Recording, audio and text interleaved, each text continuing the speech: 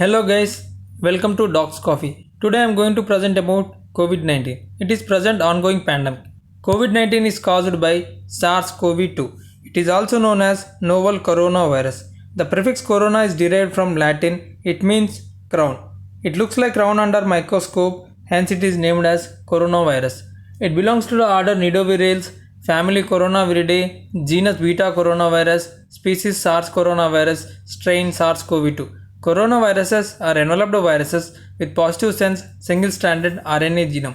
In a phylogenetic analysis of 103 strains of SARS-CoV-2 from China, two different types of SARS-CoV-2 were identified. They are type L and type S. 70% of the strains are type L, 30% of the strains are type S. The L type is predominated during the early days of epidemic in China. This is the pictorial representation of SARS-CoV-2.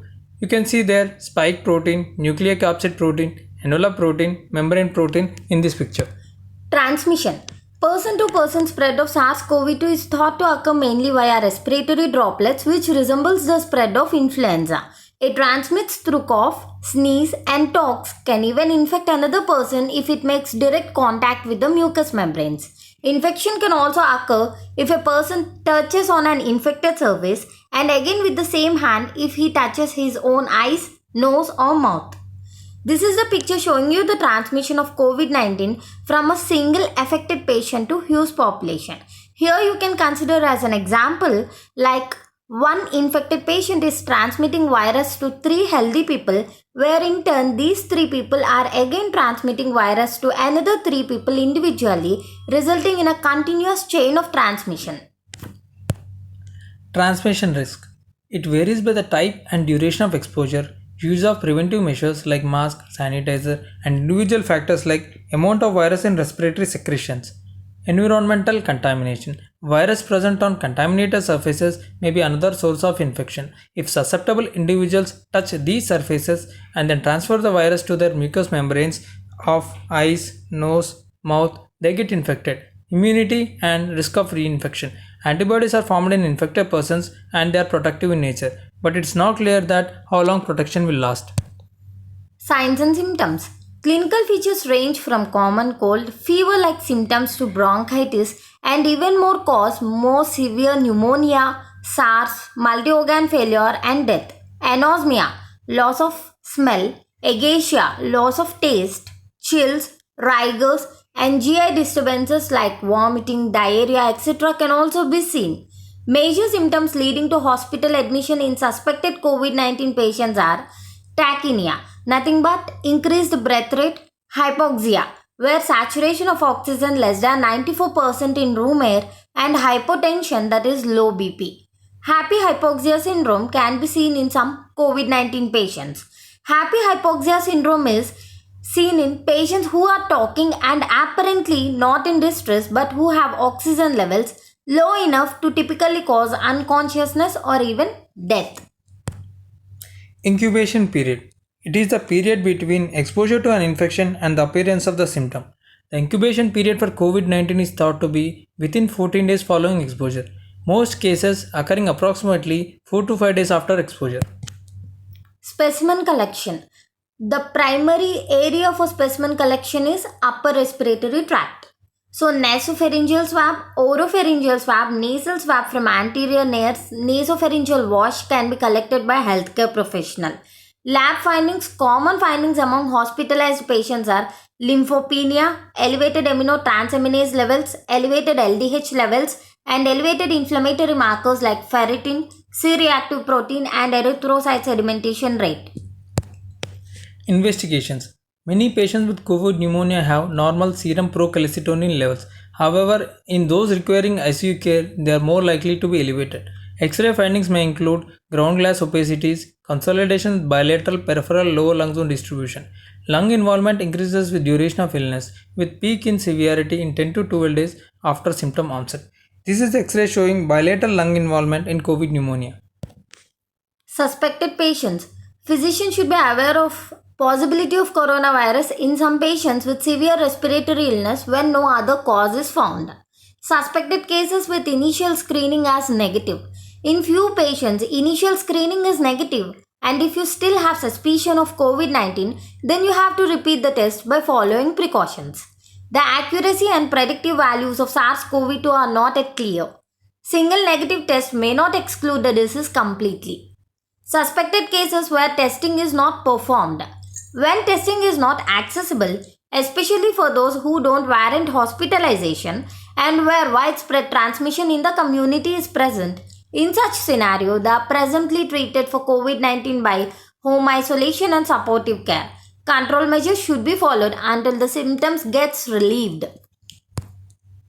Who are at risk?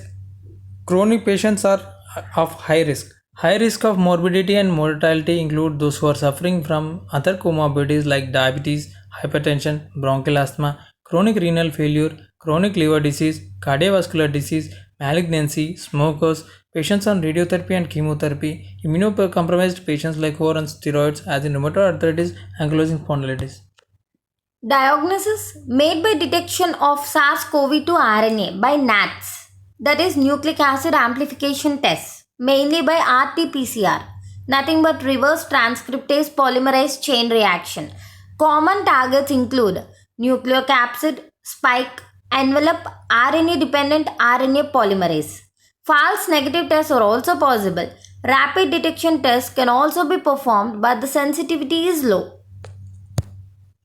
Complications of COVID.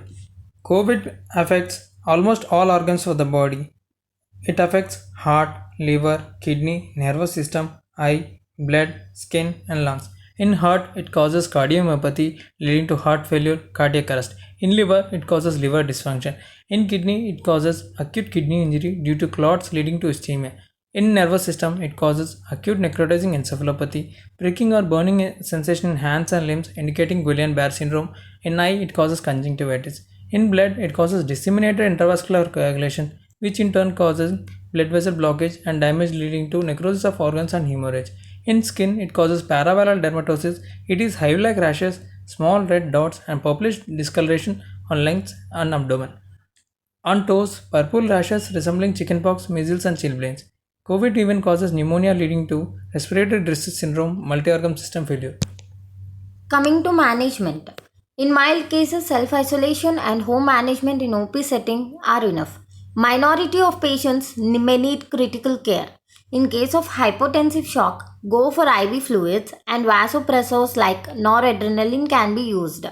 In case of low cardiac output, go for inotropes like dobutamine can be used. ABG, arterial blood gas for respiratory distress patients, and treat as per clinical scenario. Intubation in case of hypoxemic respiratory insufficiency. Hypoxemic respiratory insufficiency is when the patient is unable to maintain saturation of oxygen more than 90% or 90% oxygen on HFNC, high flow nasal cannula. In case of necrosis of intestine, go for GI bowel resection. Low molecular weight heparin can be used to prevent blood clot formation and disseminated intravascular coagulation. If bacterial infection, go for antibiotics. Vaccination is yet to come. Preventive measures. Appropriate use of sanitizers to prevent spread of infection. You can decrease the risk of infection by washing hands with soap and water. It's better to use mask if you have any respiratory complaints like cough, cold, sneeze. And when you are taking care of patients with respiratory illness, use of gloves is recommended. Maintaining safe distance 6 feet, that is 2 meters from others. Proper hand hygiene, appropriate hand washing, particularly after touching surfaces in public. Use of sanitizers with at least 60% alcohol. Avoid touching face, especially eyes, nose, mouth. Better not to use contact lens. All these measures should be followed, especially in elders, children, immunocompromised, chronic patients in particular. COVID-19 patients should self-isolate from others, pets in household, and wear a face mask if they have to be around the people. N95 respirator should be used for all aerosol generating procedures. Take home message. Stay home, Take rest. stay calm. Follow precautions. Situations will get better with time. Thank you.